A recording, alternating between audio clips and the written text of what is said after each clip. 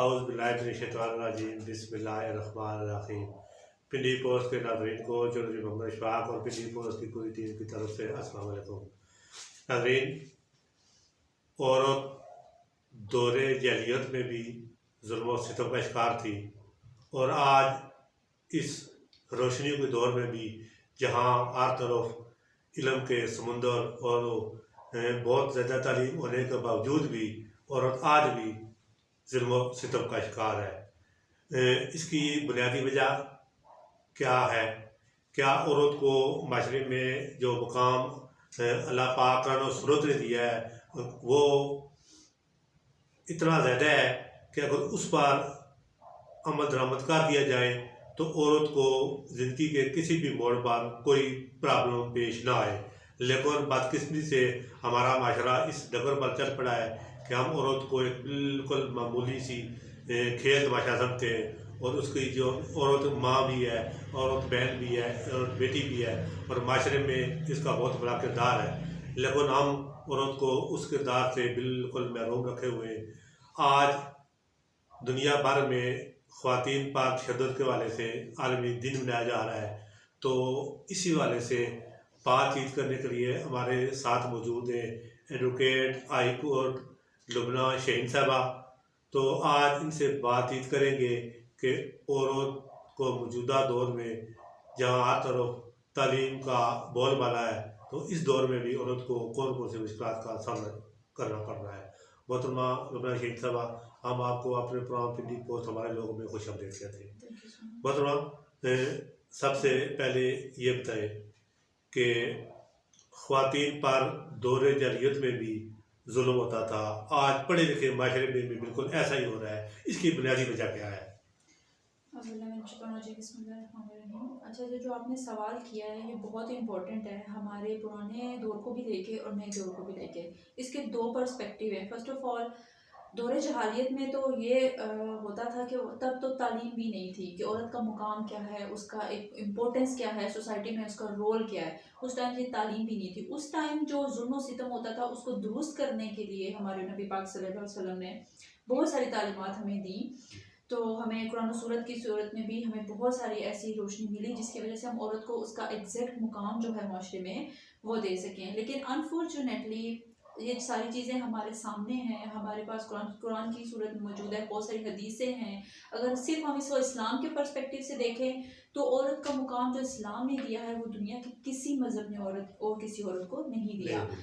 اگر ہم اس لحاظ سے ہی صرف دیکھ لیں تو عورت کا وہ مقام ہے کہ اس کو تو وراثت تک میں حصہ ملا، اس کی ایون کہ ایک حضور پاک صلی اللہ علیہ وسلم ایون کہ اپنے جو کوئی بھی نارمل کام ہوتے تھے اس میں بھی حضرت عائشہ رضی اللہ تعالیٰ عنہ سے مشورہ کر کے وہ کام کرتے تھے۔ تو اس سے ہمیں یہ ثابت ہوتا ہے، سب سے پہلا جو ایک پوائنٹ ہے جو آج کل کے معاشرے میں کہا جاتا ہے کہ عورت کم عقل ہے۔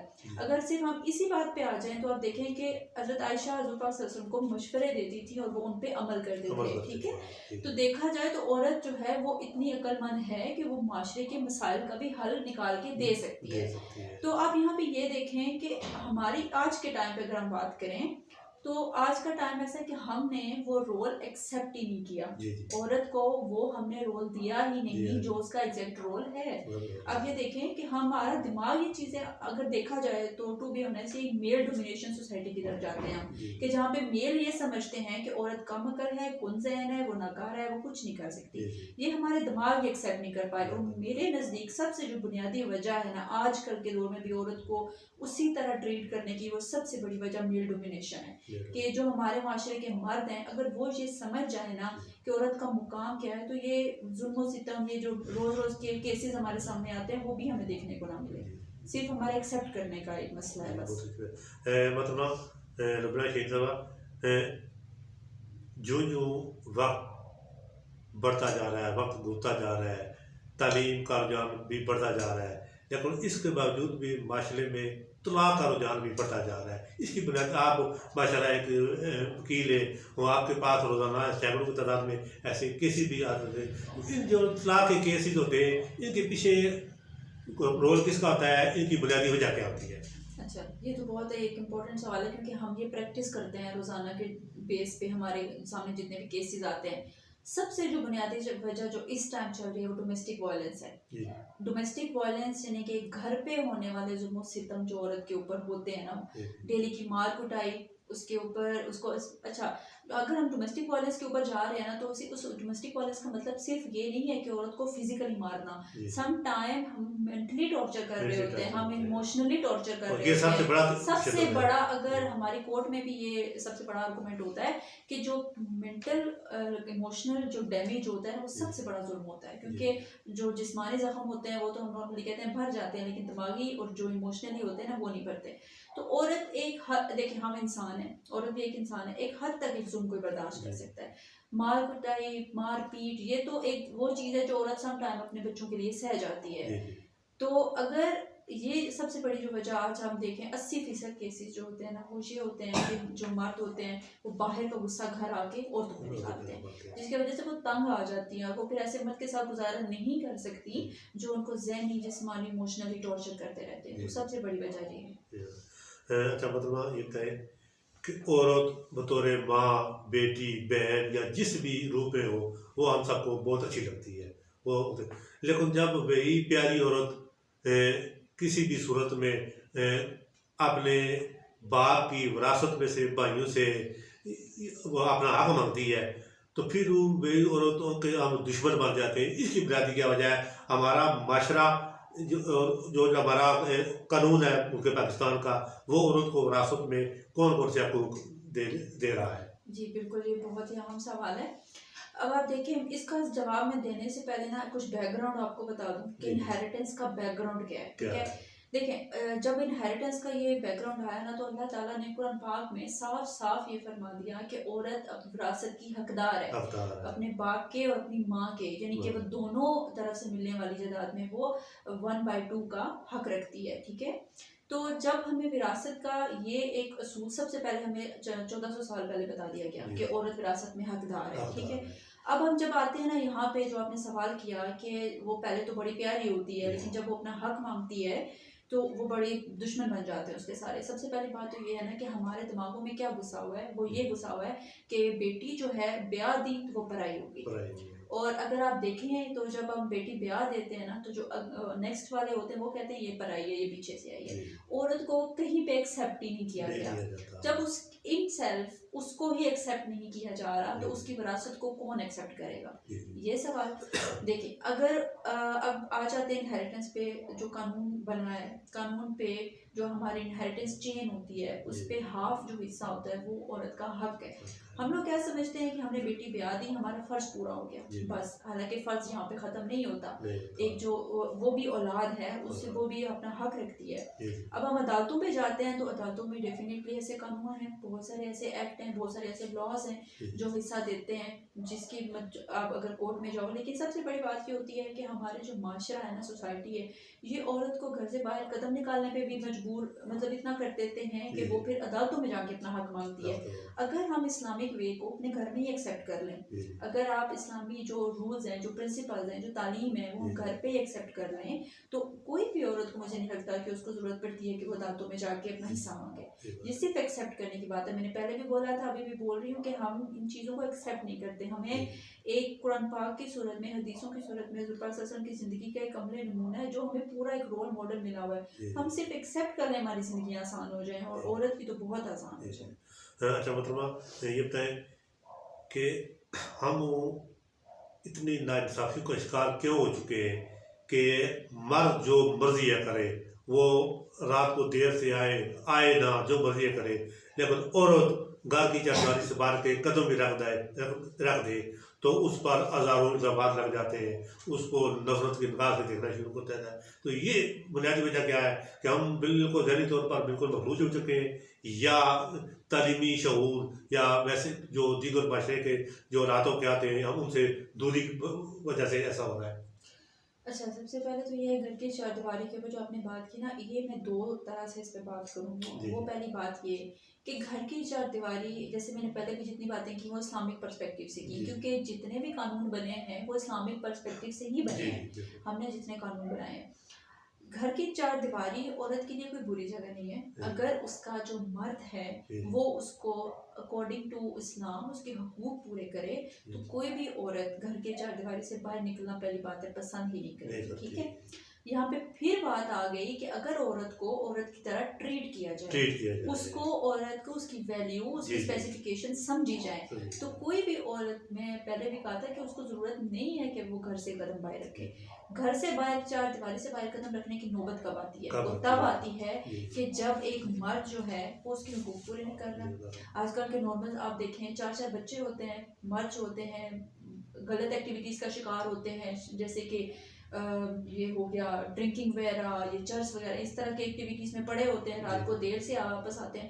تو عورت کو مجبور ہو کے جب گھر سے باہر بھی قدم نکال دینا تو یہ سمجھا جاتا ہے کہ یہ کریکٹر لیس ہے, اس کا کردار خراب ہے. لیکن کوئی بیک گراؤنڈ پہ جا کے نہیں دیکھ رہا ہوتا کہ وہ فیس کیا کر رہی ہے. دیکھیں سب کچھ شروع ہوتا ہے آپ کے گھر کی چار دیواری سے, شروع ہی وہاں سے ہوتا ہے. اگر اس کے حقوق پورے ہو رہے ہیں, اس کے بچوں کے خرچے پورے ہو رہے ہیں, اس کے سارے حقوق پورے ہو رہے ہیں, تو کیا ضرورت ہے ایک عورت کو گھر سے باہر قدم رکھنے کو. اور ہمارا معاشرہ بھی, دوسری بات میں آتی ہوں, ہمارا معاشرہ جو ہے نا وہ اس چیز کو ایکسیپٹ ہی نہیں کرتا. ہم نے کیا اپنے مائنڈ بنائے ہوئے ہیں کہ مرو جیو لیکن گھر سے باہر نہیں نکلنا, اپنے ہسبینڈ کی مار کھا لو, بھوکے مر جاؤ, جو مرضی کر لو, لیکن گھر سے باہر نہیں نکلنا. بھائی کیوں؟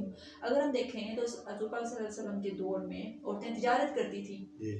اس ٹائم دیکھا جائے تو عورتیں جنگیں بھی لڑتی تھیں, وہ مردوں کے شانہ بشانہ بھی چلتی تھیں. میں یہاں پہ یہ نہیں کہہ رہی کہ مرد اور عورت برابر ہیں. اسلام نے عورت کا اپنا مقام رکھا ہے اور مرد کا اپنا مقام رکھا ہے, اور مجھے یہ لگتا ہے کہ جو مقام اللہ نے عورت کو دیا ہے نا وہ شاید مرد کو بھی نہیں دیا. ٹھیک ہے. تو وہ اس ٹائم سب کچھ کرتی تھی, انہیں الاؤ تھا, لیکن ایک لمٹس کے اندر رہ کے سب کچھ عورت کر سکتی ہے. بس اس ٹائم کیا تھا کہ اس ٹائم ایکسیپٹ کر لیا تھا لوگوں نے.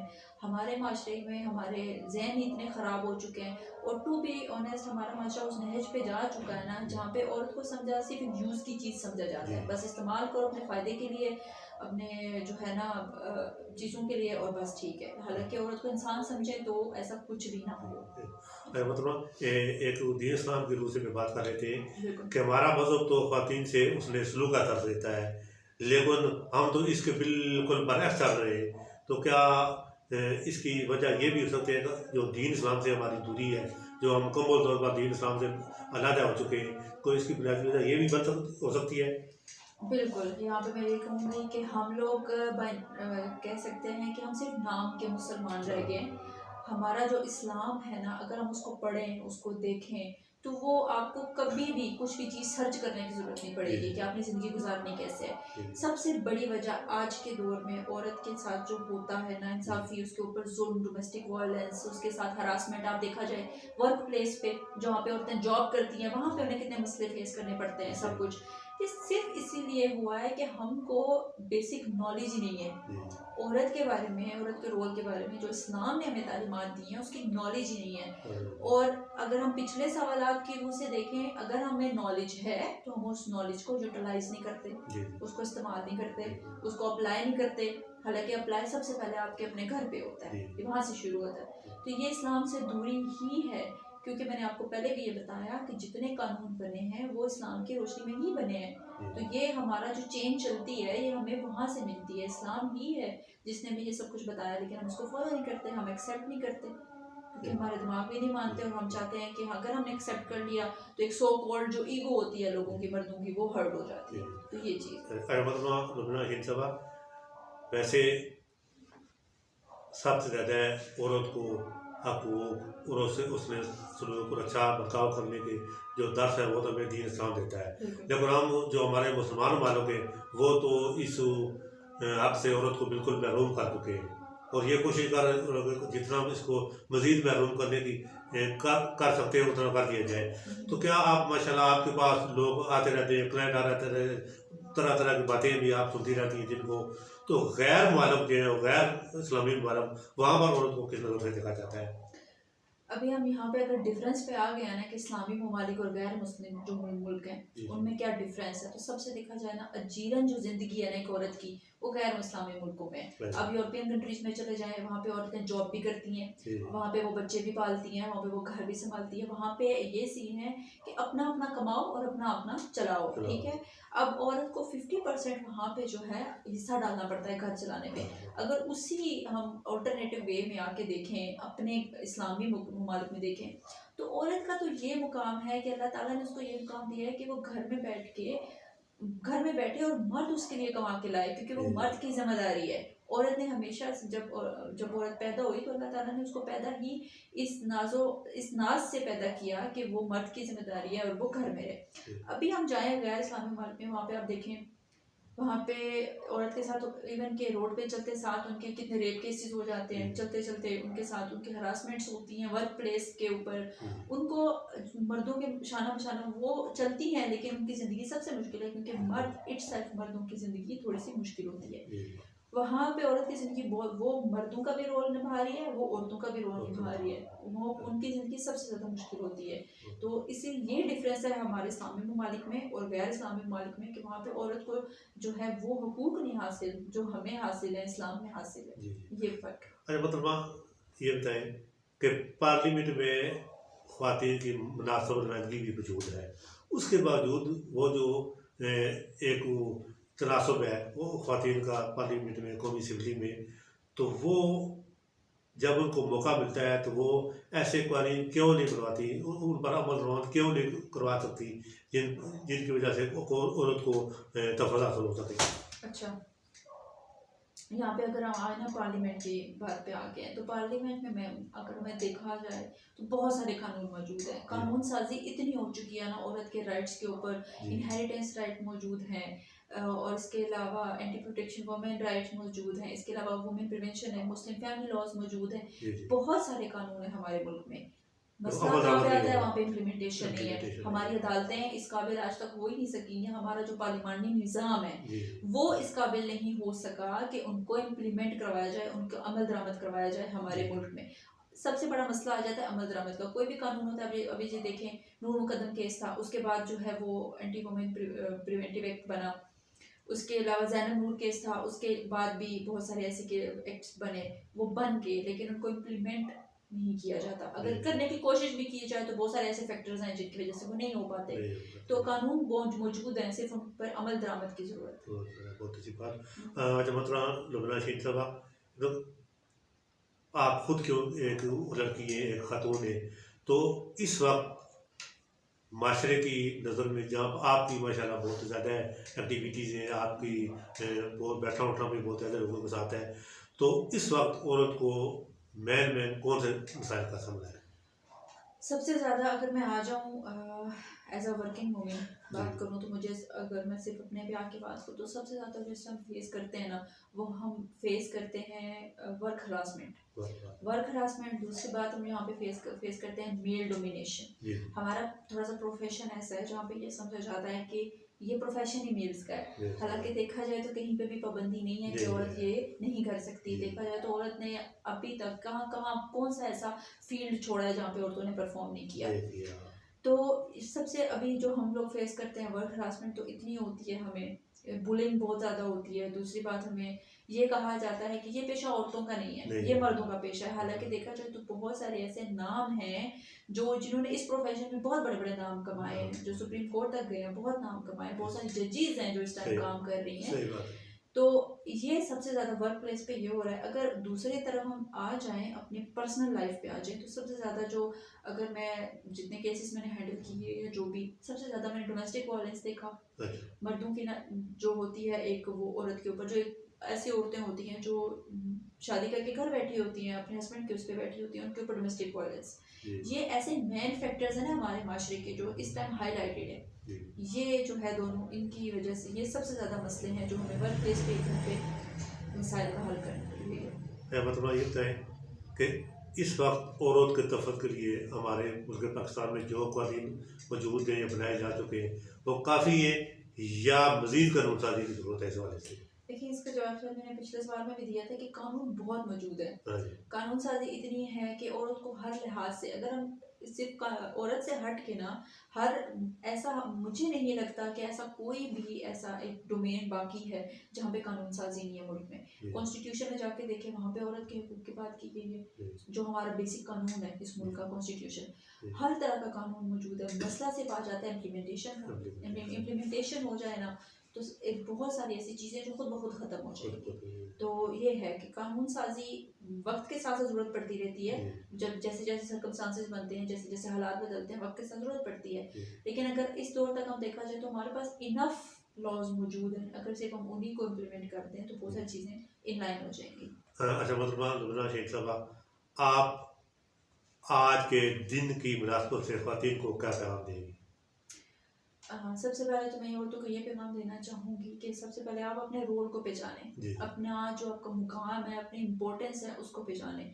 بہت ساری ایسی عورتیں موجود ہیں ہمارے معاشرے میں جو صرف یہ سوچ کے پیچھے ہٹ جاتی ہیں کہ اگر ہمیں ایک ہسبینڈ نے طلاق دے دی تو ہم کہاں جائیں گے، ہمیں یہ ہو گیا تو ہم کہاں جائیں گے.